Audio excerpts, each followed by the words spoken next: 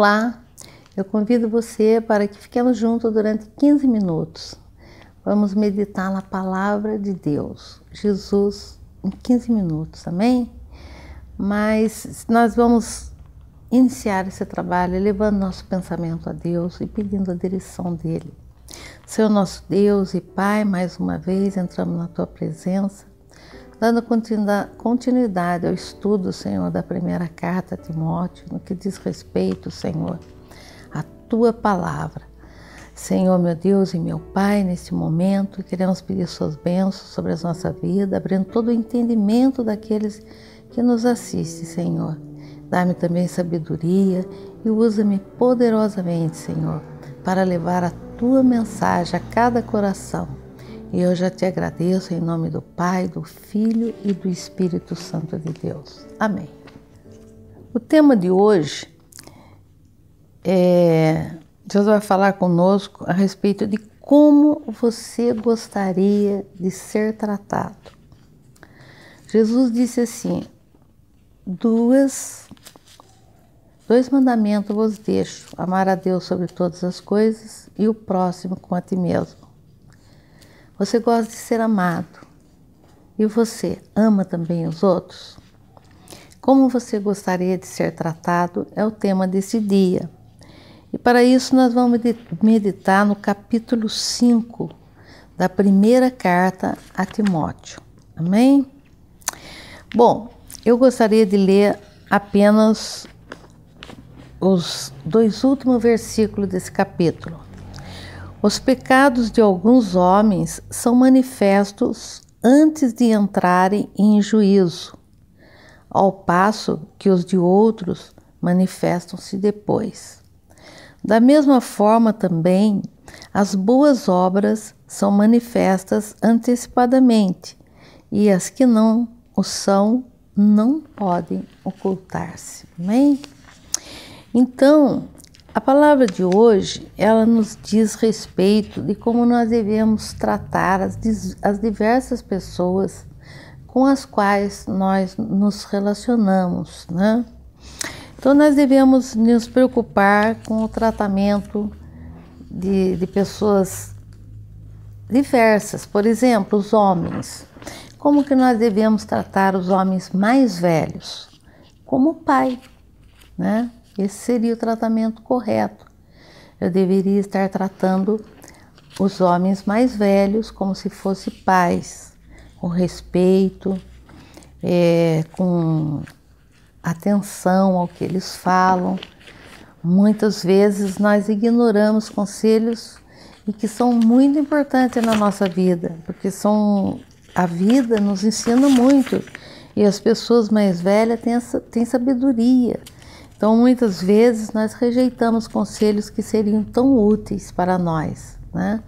Então, se alguém mais velho está conversando com você, está te dando um conselho, pare para ouvir, escute, dê atenção, respeite a pessoa que fala, não zombe dela. Muito comum hoje a gente vê os moços não gostar nem de parar para conversar com as pessoas mais idosas. Quanto mais dar atenção para o que elas estão falando.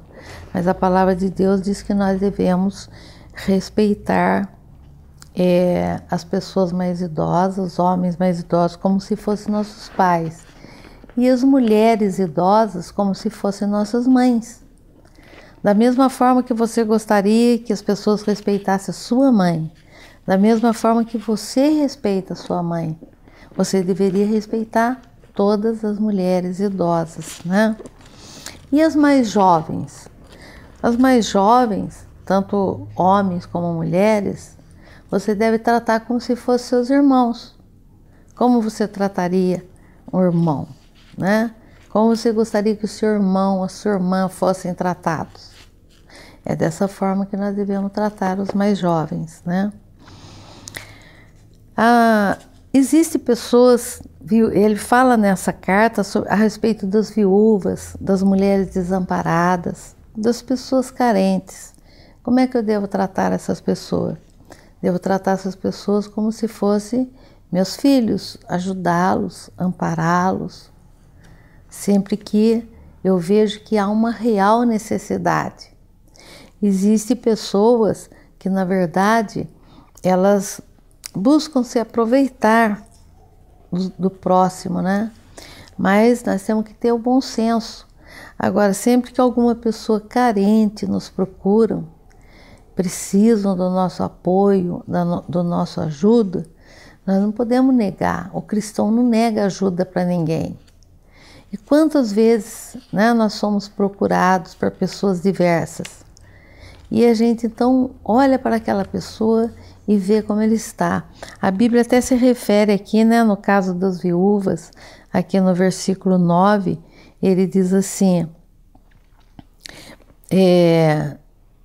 que não seja inscrita viúva com menos de 60 anos, mas apenas a que tenha sido mulher de um só marido, recomendada pelo testemunho de boas obras, se criou filho, se exercitou hospitalidade, se lavou os pés dos santos, se socorreu os tribulados, se praticou toda sorte de boa obra. Em resumo, que tipo de pessoa é essa que está precisando da sua ajuda? Né?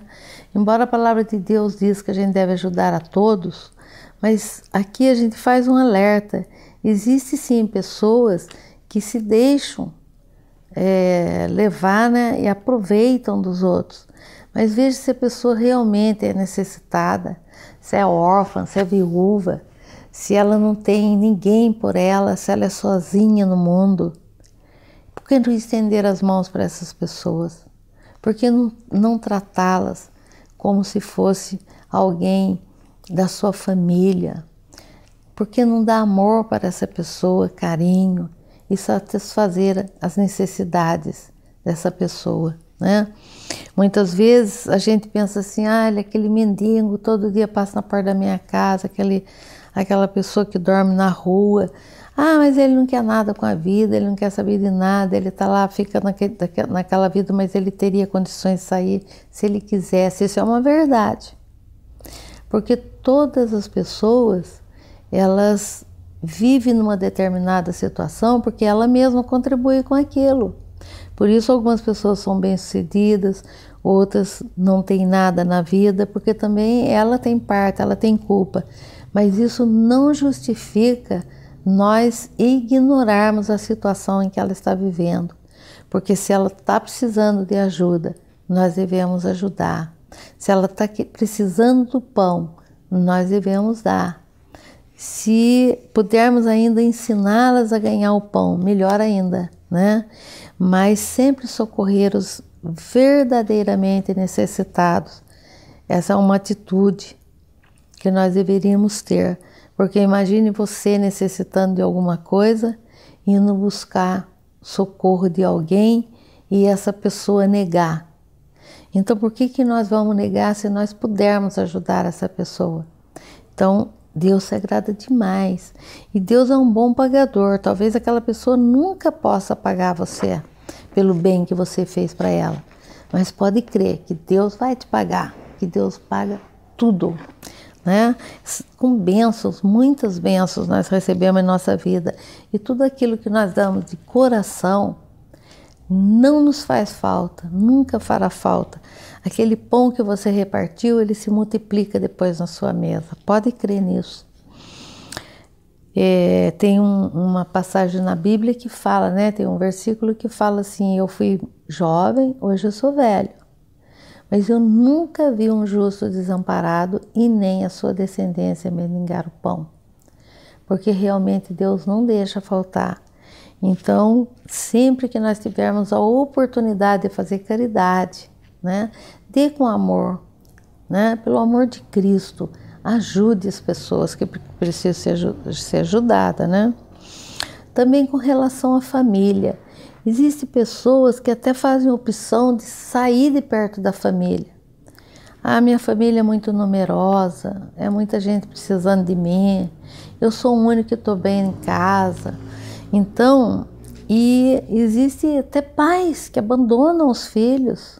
Ele vai viver a vida dele, larga a esposa, larga as crianças.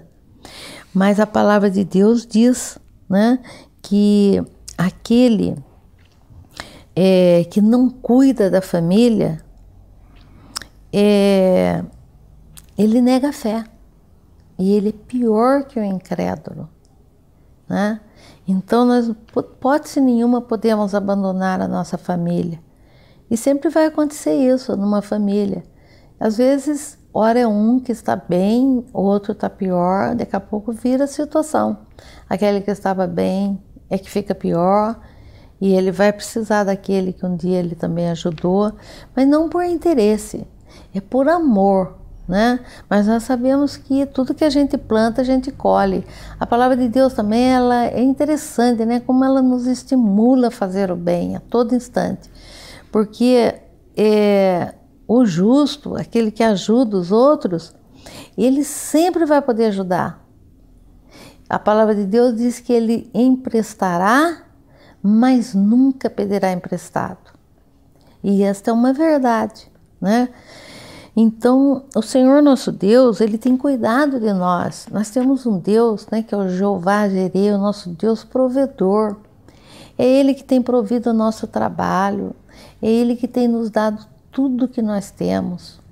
Então, repartir o pão, né, entre parênteses, quando a gente fala repartir o pão, isso significa que nós não devemos ser gananciosos, egoístas, querer só para nós, sem a participação dos outros. Eu até não vejo sentido de alegria, né? Eu não vejo, por exemplo, que uma pessoa possa ser alegre, estar saboreando uma comida gostosa, sabendo que os seus familiares não têm a possibilidade de comer aquilo, não está participando daquilo. Eu acho que imediatamente vem uma tristeza no coração. Um pai que está comendo muito bem, mas sabe que um filho está comendo muito mal.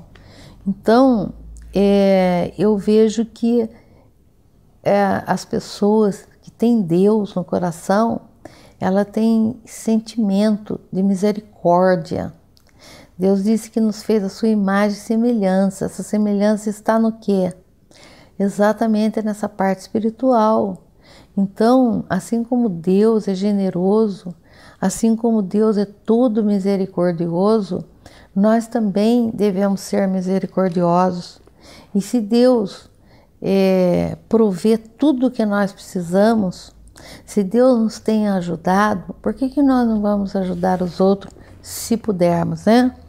Então vamos praticar as boas obras, vamos praticar o amor, vamos praticar a caridade. E os irmãos da fé? Os irmãos da fé, então, ele merece um cuidado todo especial, né? Nós temos duas famílias, nós temos uma família carnal e nós temos uma família espiritual. Eu até tenho uma irmã na igreja que ela costuma dizer: com a minha família carnal, eu não sei se eu vou viver eternamente, porque ali nem todos são convertidos, mas com a minha família espiritual eu vou viver para todo sempre, né? Então nós temos que cuidar sim do nosso irmão na fé, começando por aqueles que empenham o seu trabalho na obra do Senhor. Existem pessoas que deixam o seu trabalho aqui na vida secular para ir trabalhar só na obra do Senhor. E qual é a nossa obrigação para com essas pessoas? Qual é o nosso comportamento para com os obreiros do Senhor?